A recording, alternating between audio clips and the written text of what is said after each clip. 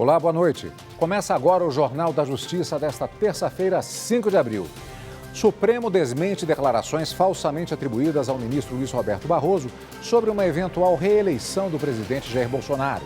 A fake news circula na internet e em grupo de WhatsApp. Segundo o ministro, o Brasil vive a naturalização da mentira. Esse é um dos destaques da edição de hoje e você vai ver também.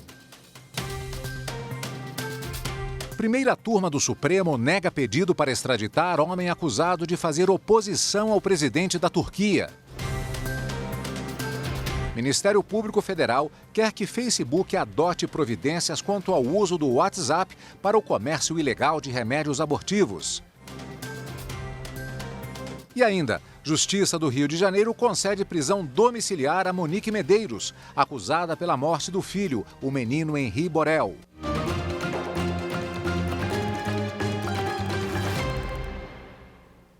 O Supremo Tribunal Federal desmentiu uma declaração sobre o presidente Jair Bolsonaro, falsamente atribuída ao ministro Luiz Roberto Barroso. Conforme a publicação, ele teria dito em uma live a juízes franceses, abre aspas, Bolsonaro será reeleito se passarem por cima do meu cadáver, fecha aspas. O texto foi publicado em um blog desconhecido e reproduzido no WhatsApp e no Twitter.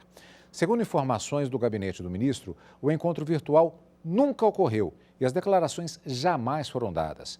Luiz Roberto Barroso afirmou que o Brasil vive a naturalização da mentira e que é uma nova atividade no país, a de traficante de notícias falsas. O STF alerta para a importância de não repassar informações publicadas em sites não confiáveis e com informações alarmistas. A primeira turma do Supremo Tribunal Federal negou o pedido de extradição feito pelo governo da Turquia para o integrante do movimento de oposição ao presidente turco.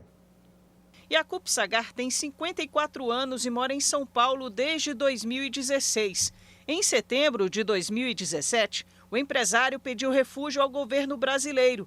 No pedido de extradição, o governo turco acusa o empresário de suposta prática de crimes contra o Estado da República da Turquia, ato contra a Lei de Prevenção e Financiamento ao Terrorismo e de pertencer a organização criminosa armada. Portanto, é necessário estabelecer que aqui se trata de um ato de financiamento ao terrorismo. O extraditando integrava a aludida organização criminosa na qualidade de membro do Conselho de Administração, isto é, uma pessoa responsável por angariar recursos para viabilizar o exercício das atividades da referida organização criminosa. Já o advogado de defesa de Sagar aponta perseguição política, já que o empresário faz parte de um movimento opositor ao presidente da Turquia. Passando pelo continente africano, chegou ao Brasil com a sua filha e sua esposa em dezembro de 2016 e pediu refúgio ao nosso país, com medo de ser morto, em razão de perseguição ocorrida naquele território e agora estendida para o nosso território. Tem 5 anos que está no Brasil, é empresário tentando retomar sua vida no Brás, um bairro da capital paulistana, com uma pequena empresa de confecção com 20 colaboradores, em sua maioria brasileiros, não possui antecedente criminal, mora com a sua esposa em endereço conhecido, sua filha cursou ensino médio no Brasil, curso superior de comércio internacional. O relator do processo é o ministro Alexandre de Moraes, que negou o pedido de extradição por ausência de especificação, por entender que houve motivação política e de que extraditá-lo à Turquia significaria submetê-lo a um tribunal de exceção. O caso é de indeferimento completo do pedido extradicional. E por 4 motivos. O primeiro é exatamente isso. O primeiro é que não há especificidade. Não se colocou que o extraditando praticou isso. A conduta do extraditando foi essa, a narrativa da conduta do extraditando, que corresponde a essas elementares do tipo na Turquia, e seria o crime tal. E corresponde a essas elementares do tipo, e aqui no Brasil seriam Lei de Segurança Nacional, com agora essa continuidade normativa da nova lei, e a questão da extradição, do terrorismo. Não se admite pedido extradicional ou não se admite o deferimento do pedido extradicional se houver risco do extraditando ser julgado por tribunais ou juízos de exceção.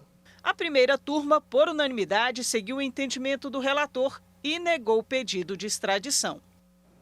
Já a segunda turma do STF decidiu pela aplicação do princípio da insignificância no caso de um homem condenado por furtar itens de higiene pessoal de um supermercado, apesar de já ter outra condenação por esse tipo de crime.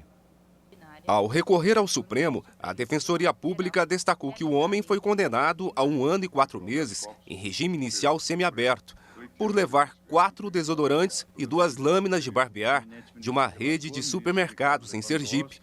Ressaltou que os objetos foram devolvidos e por isso não houve prejuízo. O pedido foi pela aplicação do princípio da insignificância ou da bagatela, como também é conhecido, e consequente absolvição do réu. O relator, ministro Ricardo Lewandowski, determinou que o homem deveria cumprir a pena inicialmente em regime aberto e não semiaberto, e afastou a insignificância do caso. Este posicionamento está amparado na jurisprudência da Casa. Então, apenas reiterando, mantive esse entendimento e concedi parcialmente a ordem. O caso motivou o debate na segunda turma diante do histórico do réu. Segundo o processo, ele já havia praticado outros furtos.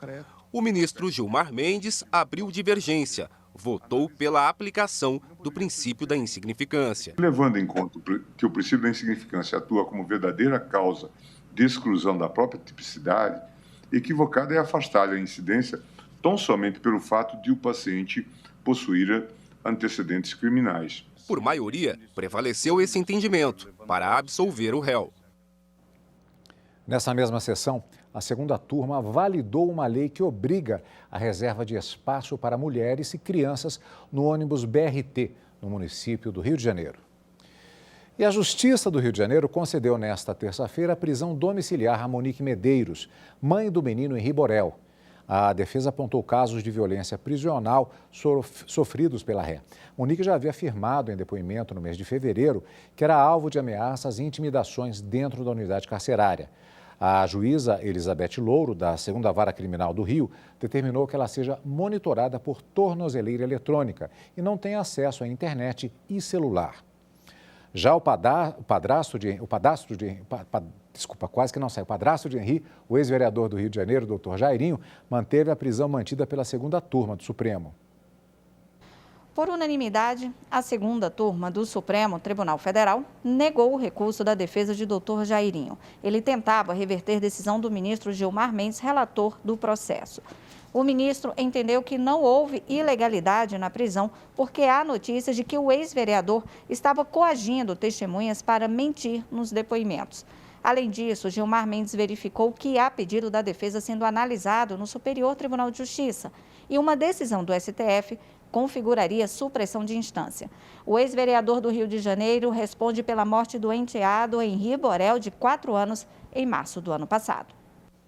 O plenário do Conselho Nacional de Justiça aplicou a pena de advertência a uma juíza que, numa sentença, usou palavras de discriminação contra a pessoa com deficiência. O CNJ abriu um processo administrativo disciplinar contra a juíza Cristina Gomes Campos de Seta, da 5ª Vara Cível da Comarca da Capital, no Rio de Janeiro. De acordo com o processo, a magistrada usou numa sentença linguagem de discriminação contra uma pessoa com deficiência visual. A mulher tinha entrado na justiça contra um cartório que, por causa da deficiência dela, exigiu uma testemunha para lavrar uma escritura. No julgamento desta terça-feira, o relator do caso, ministro Mauro Martins, citou um trecho da sentença da juíza.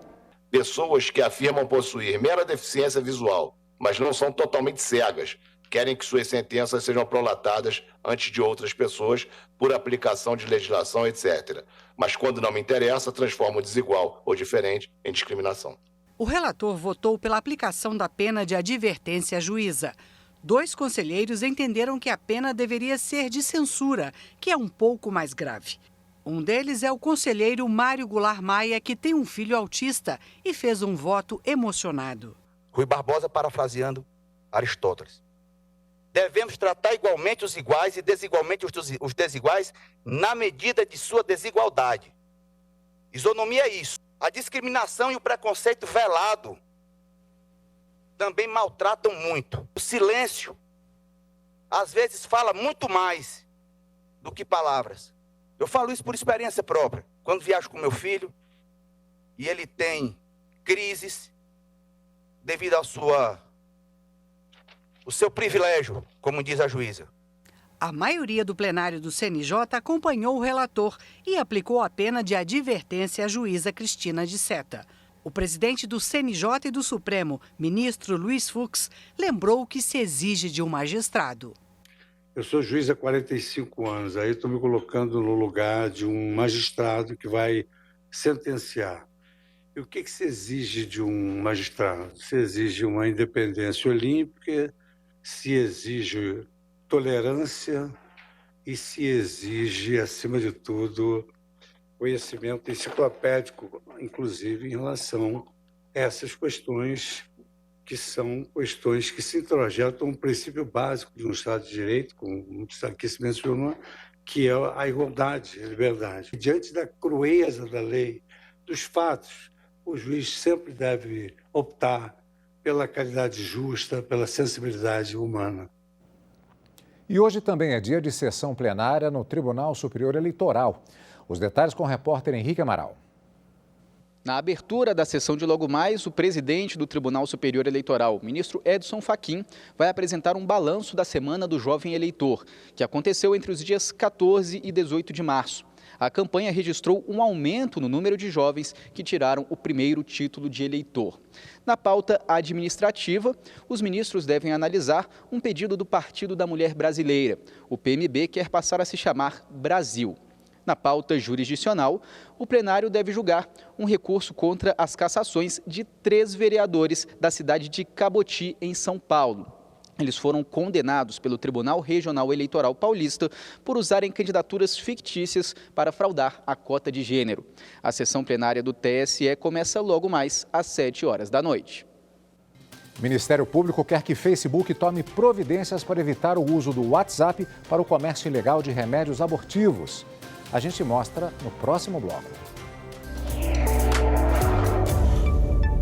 Nós temos essa transmissão ao vivo nas redes sociais, via internet. Antes disso, pessoal, a gente precisava abrir um compêndio de jurisprudência, nós precisávamos solicitar no setor de jurisprudência do tribunal o acesso aos votos, às decisões. Não era em tempo real. Hoje, nós sabemos quem são os ministros do Supremo e não sabemos quem são os membros da seleção brasileira. Isso é o rumo ao exercício da nossa cidadania.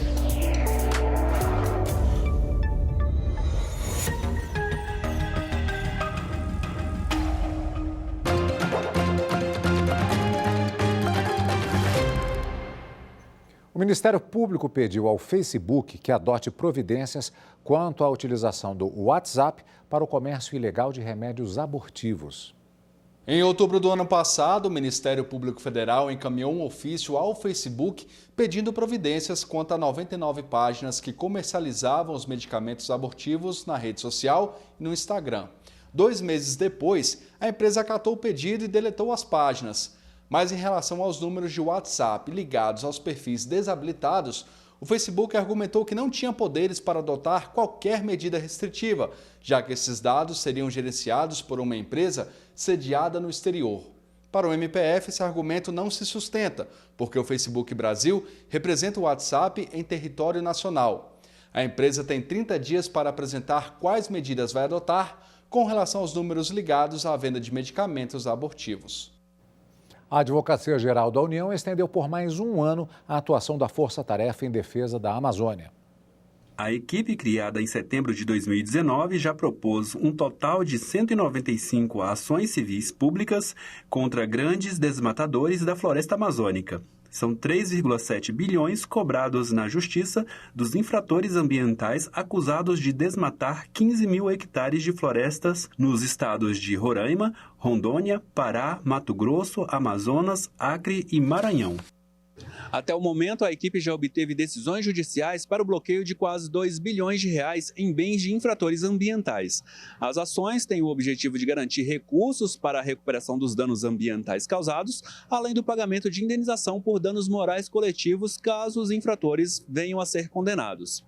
Só na última semana, a equipe ajuizou 15 novas ações civis públicas para cobrar cerca de 120 milhões de reais dos desmatadores nos estados de Mato Grosso, Pará, Amazonas, Roraima e Maranhão. As ações compõem o 8º lote de processos ajuizados pela Força Tarefa e são movidas contra acusados de desmatamento de 5,2 mil hectares de floresta amazônica. A Força Tarefa é composta por 20 integrantes, dentre eles procuradores federais e advogados da União, além de contar com o apoio das procuradorias federais especializadas junto ao IBAMA e ao ICMBio, que fornecem suporte à propositura das ações. O Superior Tribunal de Justiça anulou a condenação em segunda instância de Johan Romonai pelo homicídio culposo do estudante Raul Aragão, morto em 2017, depois de ser atropelado quando andava de bicicleta. O primeiro laudo do acidente indicou que o veículo conduzido por Johan estava a 95 km por hora no momento do acidente, mas não apontou a causa da colisão. O juiz condenou o réu a 2 anos de detenção sob o fundamento de que ele foi imprudente ao dirigir naquela velocidade, em uma via cujo limite era de 60 quilômetros. O Tribunal de Justiça do Distrito Federal e dos Territórios confirmou a condenação com base em um segundo laudo, que, diferentemente do primeiro, apontou que a causa determinante da colisão foi o excesso de velocidade desenvolvido pelo motorista. No Superior Tribunal de Justiça, a defesa alegou nulidade do processo em virtude da produção de prova pericial por iniciativa da desembargadora e requereu a absolvição do réu. A quinta turma, de forma unânime, negou o provimento ao agravo regimental, mas, por maioria, concedeu habeas corpus de ofício.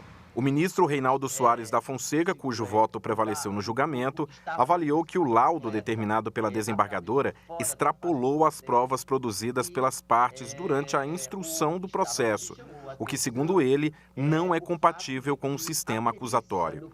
Com a anulação, foi determinado o retorno dos autos à Corte de Segunda Instância para novo julgamento da apelação da defesa, sem o segundo laudo. Veja a seguir: advogado é multado por abandonar sessão do Tribunal do Júri e causar prejuízos ao erário. Voltamos já. Nossa população é uma população extremamente carente e sedenta por justiça. E nesse aspecto, é absolutamente importante que nós tenhamos veículos que possam ajudar a aproximar o poder judiciário da população, a desmistificar a falsa ideia de que o judiciário está encastelado longe do povo. E para isso é preciso se deixar conhecer. Então, a TV Justiça, em grande medida, cumpre esse papel que é primordial, o papel de democratizar o conhecimento, de democratizar o acesso à atuação do judiciário e, assim, fortalecendo a cidadania.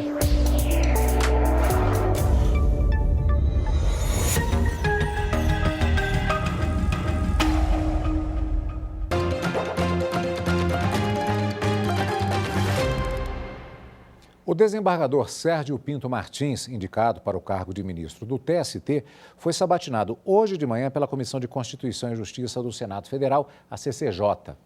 A sabatina contou com a presença do Corregedor-Geral da Justiça do Trabalho, ministro Caputo Bastos, e do também ministro do TST, Alexandre Ramos. A indicação do desembargador Sérgio Pinto Martins para o cargo de ministro do Tribunal Superior do Trabalho foi aprovada por 23 votos. Ele vai ocupar a vaga aberta em decorrência da aposentadoria do ministro Alberto Bresciani. Após a sabatina de hoje, a indicação do nome do magistrado será votada no plenário do Senado Federal. Sérgio Pinto Martins é desembargador do Tribunal Regional do Trabalho da 2ª Região em São Paulo. Nasceu em 1963, na capital paulista, e se formou em Direito em 1985. O magistrado também é graduado em Ciências Contábeis e Ciências Administrativas e tem mestrado em Direito Tributário e doutorado em Direito do Trabalho. Durante a sabatina, ele fez um relato de sua experiência profissional, na qual ressaltou quase 32 anos de magistratura trabalhista. Afirmou que, com a indicação para a vaga de ministro do TST, pretende contribuir com celeridade para a diminuição do acervo de processos e agradeceu a indicação de ministros para compor a lista tríplice para o cargo de ministro do Tribunal Superior do Trabalho. Na mesma reunião, a CCJ sabatinou o juiz do trabalho Giovanni Olson, indicado pelo TST para compor o Conselho Nacional de Justiça, com aprovação de 24 votos. Outros 2 indicados para o CNJ também foram sabatinados: os advogados Marcelo Terto e Silva e Marcos Vinícius Jardim Rodrigues, nas vagas indicadas pela OAB.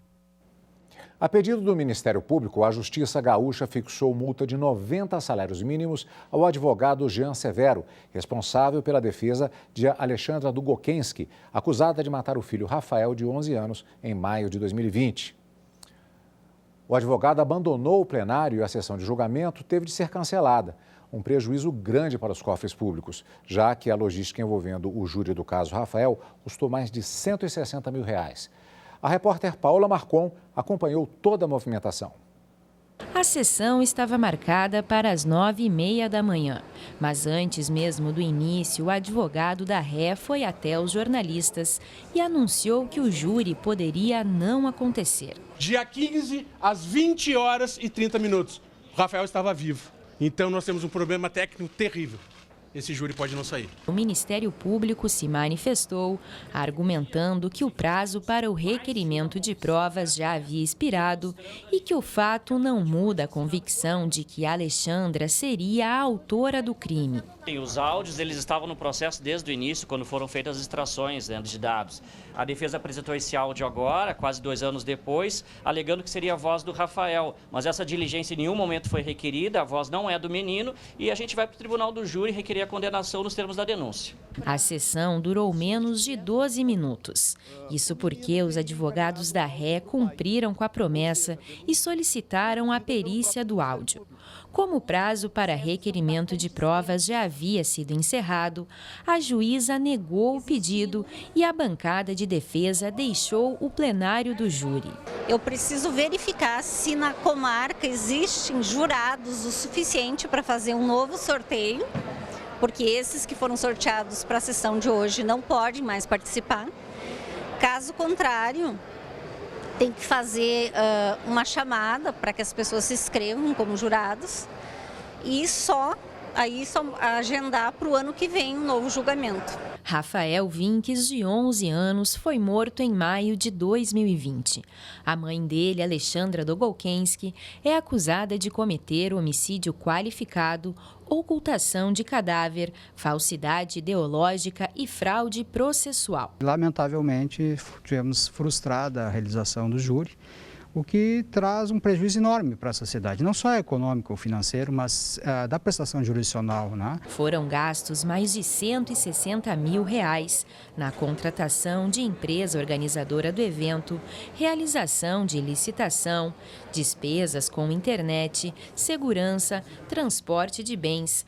O Tribunal de Justiça levou o que há de melhor do seu pessoal, levou o que há de melhor de sua logística, desde a sede do Tribunal de Justiça, em Porto Alegre, até a comarca de Planalto. Foi um momento de muito orgulho ver a maneira como o Tribunal de Justiça transpôs a sua possibilidade a uma comarca tão distante, de tão difícil acesso, de uma maneira bastante exitosa. Além da multa, o Ministério Público pediu que os advogados da ré sejam condenados ao ressarcimento do custo judiciário gaúcho destinado à sessão do Tribunal do Júri. E esta edição do Jornal da Justiça fica por aqui. Obrigado pela companhia. Uma ótima noite para você.